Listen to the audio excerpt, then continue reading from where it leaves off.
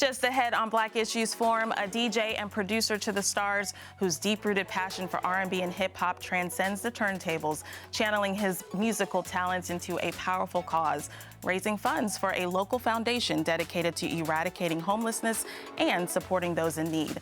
Join us as we explore his journey from spinning records to sparking change, one rhythm at a time. Coming up next, stay with us. Quality public television is made possible through the financial contributions of viewers like you, who invite you to join them in supporting PBS NC.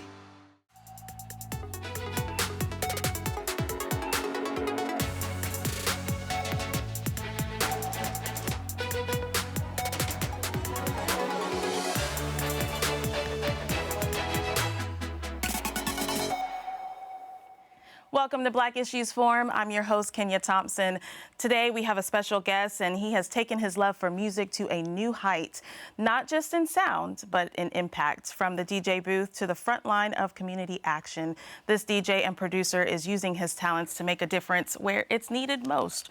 But before we dive into his current mission, let's take a trip back in time to the golden era of R&B and hip-hop. Today's guest began DJing in 1984 as DJ Nabisco Disco at Durham High School. In his sophomore year, also serving as a drum major of his high school's marching band in his junior and senior years.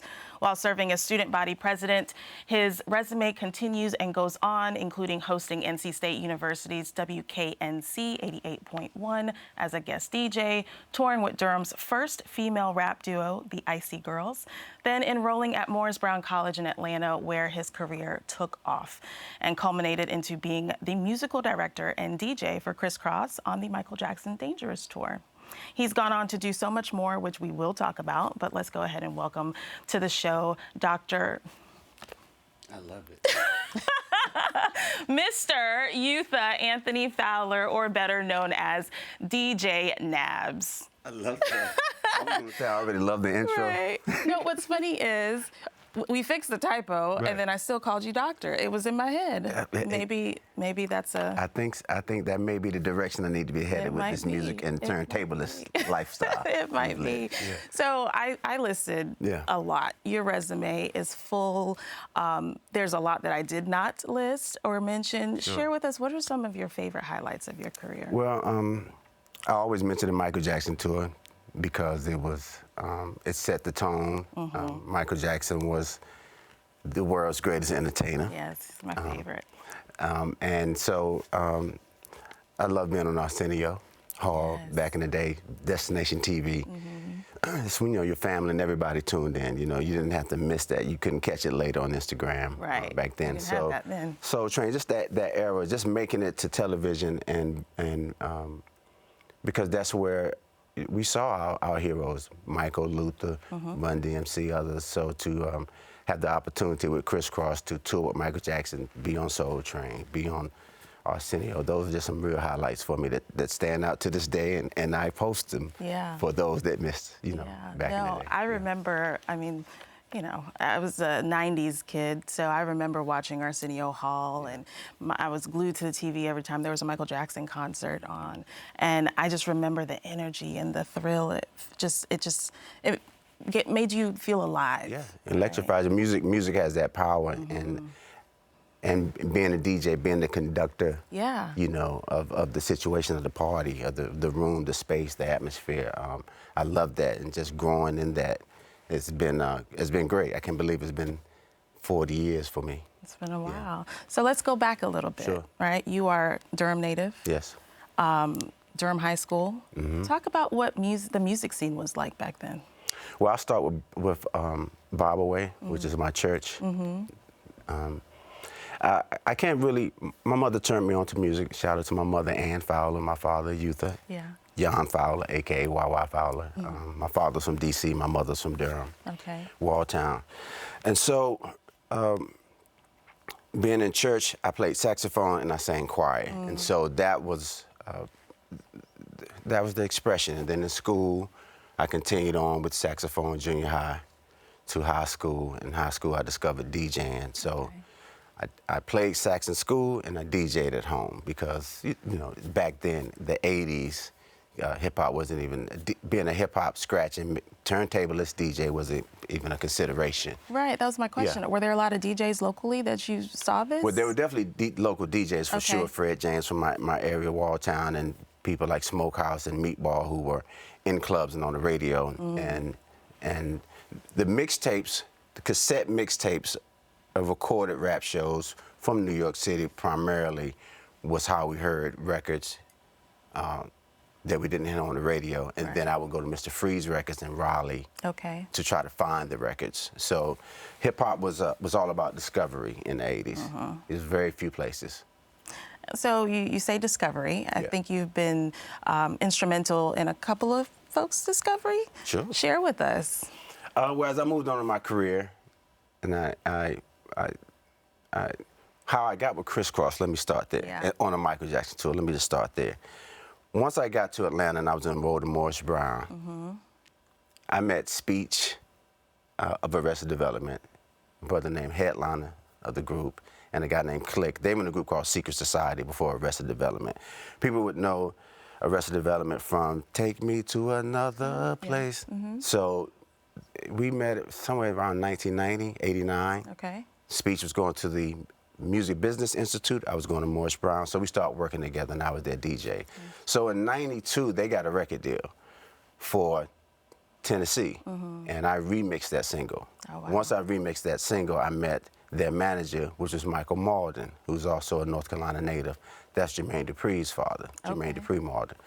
And at that point, he mentioned that Jermaine had a group called Crisscross, and so they were considering a DJ. So I passed my tape to Michael, and that's how. So two things happened at once. I had a remix with Arrested Development, and I now became the DJ with Crisscross, who was then slated to open for Michael Jackson. So, yes, a lot there. So that's just kind of how that. And you've also worked with Ludacris. You worked with him early on in his career. Well, see, that's later.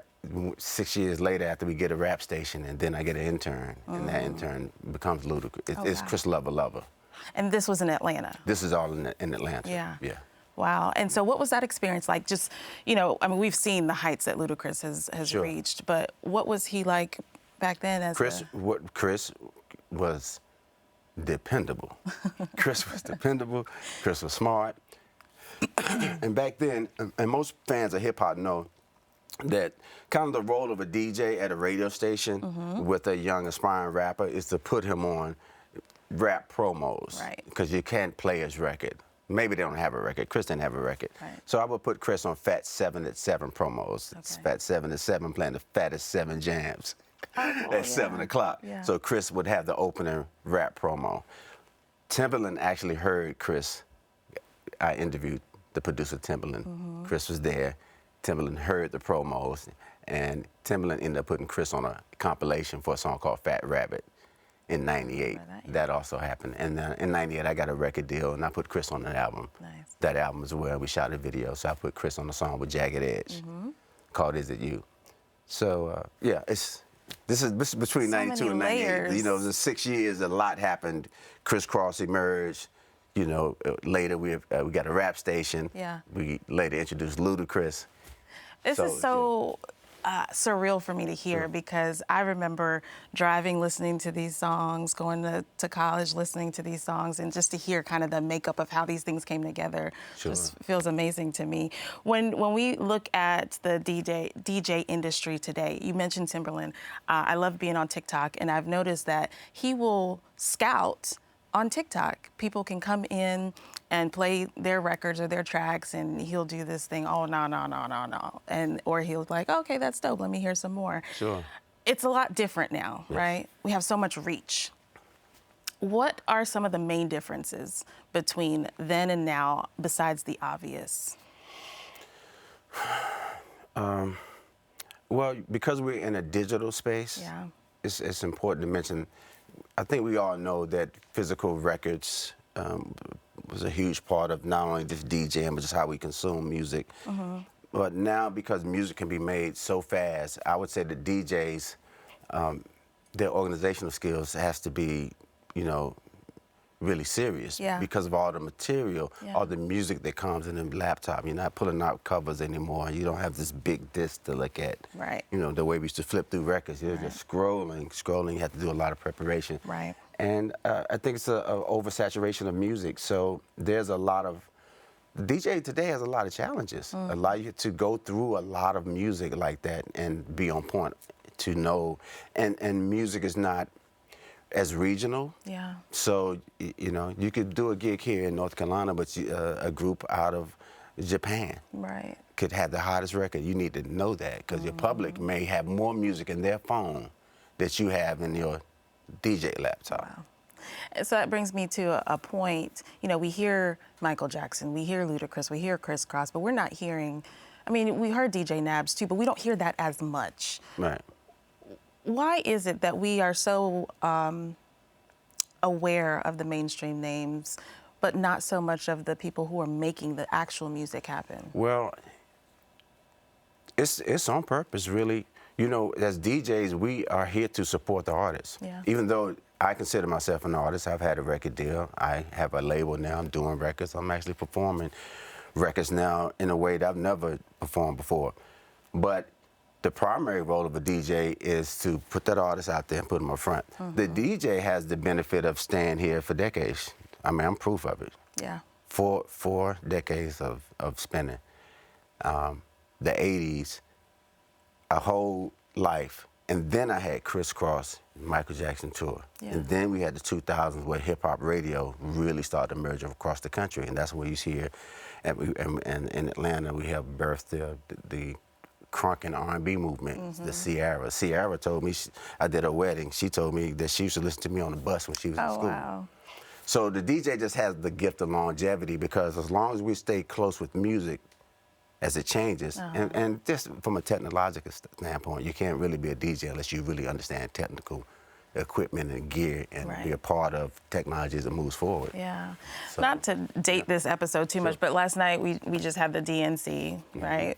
We saw essentially how crunk it was. I mean, music played such an integral role in that gathering.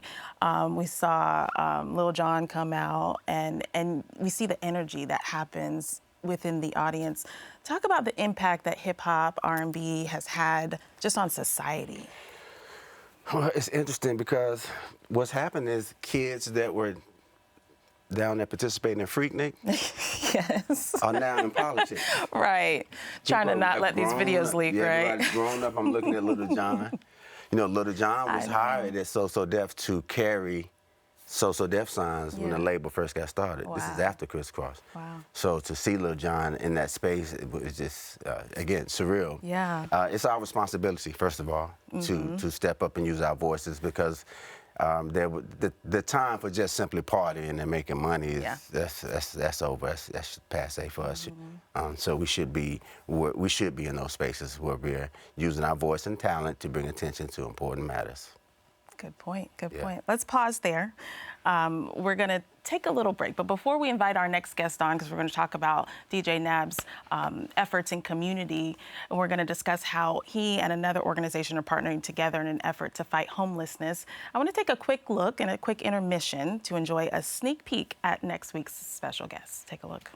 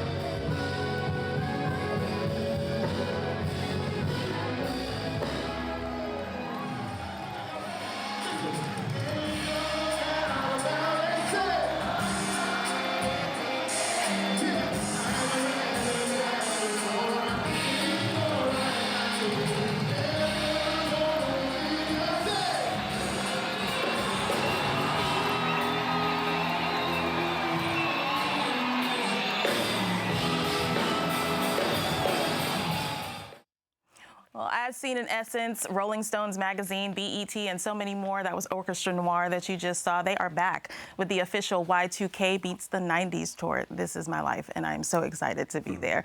Under the dynamic direction of Maestro Jason Akeem Rogers, the orchestra will take you on a nostalgic ride with high-energy concerts featuring the biggest R&B and hip-hop hits from both iconic eras.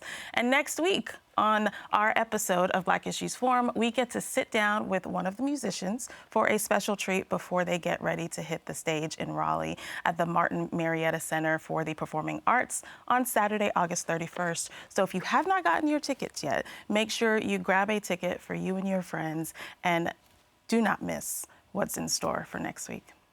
So we've got a special addition to the set. This conversation is now going to kind of shift a little bit. One of DJ NABS' passion is giving back to the community, where he can, and he's partnered with local organizations that has helped families in the crisis of homelessness and find their way home. They provide temporary housing, case management, skill education, and connection to community resources that help parents and children thrive in stable homes. So we want to welcome the Executive Director of Families Moving Forward, Tasha Melvin. Welcome to the show. Thank you for having me. So share with us, how did this partnership happen? I will start with Tasha, since we've been listening to you talk for a little bit. Well, it's like a blessing fell out of the sky for us, the Families Moving Forward. They actually reached out to us, Jamie Barnes, DJ NABS. They found us. Yeah. They have partnered with us in many different ways. Back in May, DJ NABS presented his documentary. We were able to be the beneficiary of that event. Before then, there was our Rock the Block event. They supported that. That's an annual event where people can come to the shelter and help us beautify the space. So they helped us with that and other collection drives, and here we are today. It's a blessing. It is a blessing. And share with us why this particular organization. Well, first of all, when I returned home back here to North Carolina, I started doing amateur boxing. Let me start there some years ago, and I needed a charity. And a friend of mine was involved with a homeless organization back then, so I fought for homeless twice there, and I slept out. I fought for homeless once and slept out twice. The organization. So Jamie and I, my wife, when we got here, that's the first thing we said. Well, what type of organization can we find that's along that same lines, because that's important to me. And so we found Families Moving Forward, and we started that relationship. Yeah, and so what does that collaboration look like? We'll talk a little bit later about an event that's coming up, but what other ways do you guys provide services through this partnership? Well, we can start with the tangible. They have provided much needed items for our shelter. So they've held collection drives. It can go without saying that we have needs all the time. We serve 20 families at any given time within our shelter, and we're always at capacity, which I know we'll discuss. And it takes a lot to serve those families. So getting those much needed items, paper products, things that people often forget our families need. They've been helping us with that. But something that they are providing us the most is reach and outreach. That's great. And visibility. And it's not simply about families moving forward, it's about the families who are experiencing homelessness, and they are helping us get the word out that this is an issue that we can all get around and support and try to end. Because I feel, being in this business for a while, not just about DJ NABS, I've just been behind a lot of artists. With So Deaf Alone, Bow Wow, Escape, the Brat, I was there when we found Brat. Brat won a $100 contest. And I'm saying that because I've seen this artist and fame and what that is. And the attention that artists can bring and attention that DJs can bring, it's important to use it for something. To just be here, to just come home and have events and have parties and for no purpose, had no interest for us. So Families Moving Forward was perfect for us. And it's just a relationship we're just building. It's impact, right? It's impact. Let's talk about the landscape of homelessness across the state. What does that look like? And then particularly, what does that look like for Black communities? We could be here forever. Unfortunately, today it looks very different than it did 3 years ago, 5 years ago. Homelessness in and of itself is really becoming a problem that's getting out of control. Since the pandemic, this issue has risen exponentially in the Triangle alone. And you will hear me speak a lot about families because that's my heart, my passion. Yeah. Families, children, we are seeing a 300% increase in children. These are the ones who are in the public school systems. These are the ones in the child care centers. 300% increase. Wow. Children who are unhoused and unsheltered in the Triangle area. So you magnify that and you get a problem that is almost beyond reach in our community. And then you think about the Black and brown children, and they make up the majority of the children and the families who are experiencing homelessness. Wow.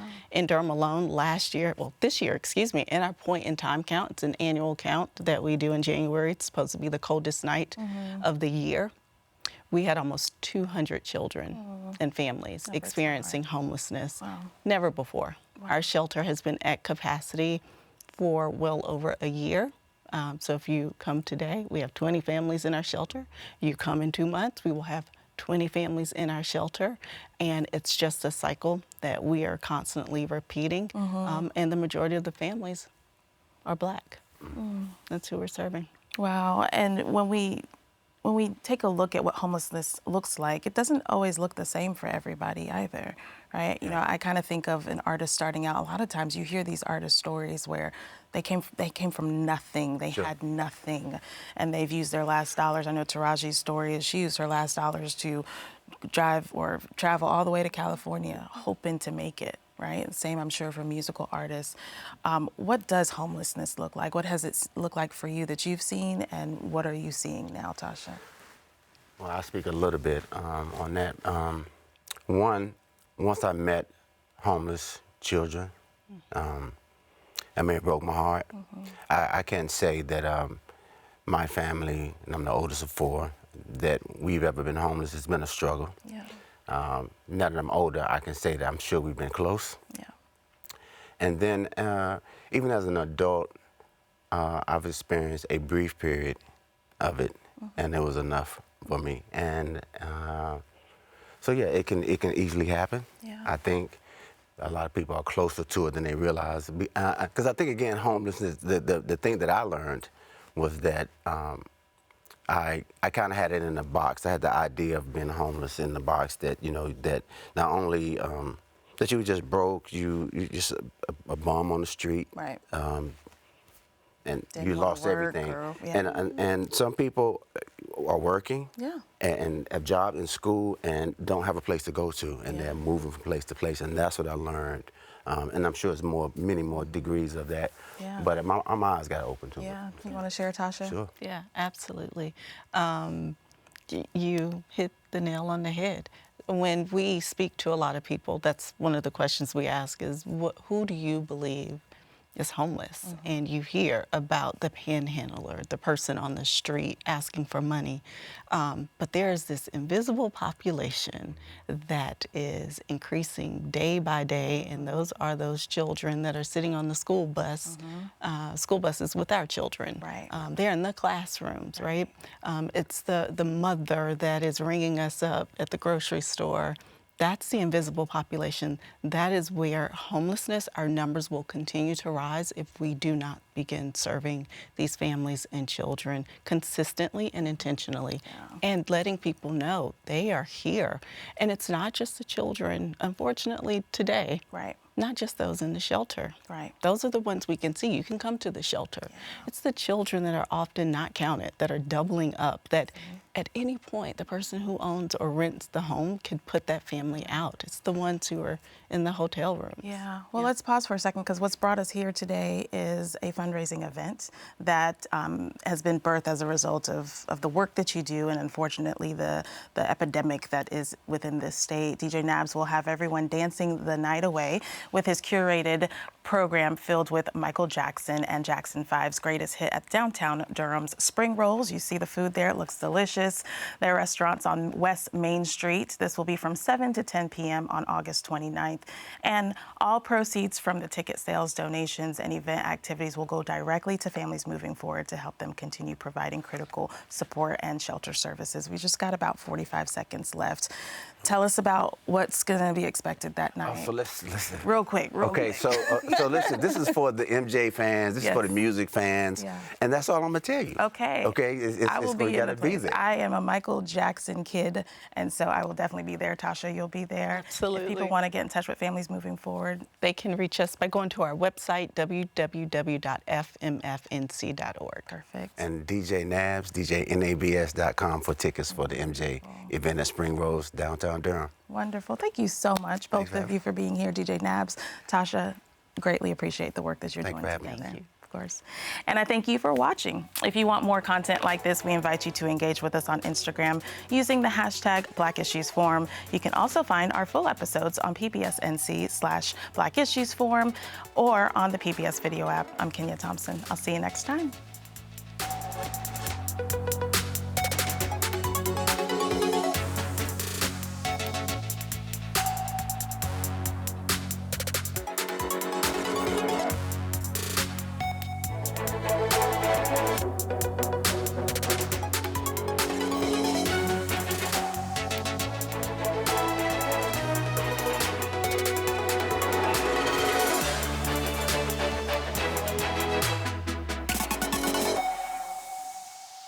Quality public television is made possible through the financial contributions of viewers like you, who invite you to join them in supporting PBS NC.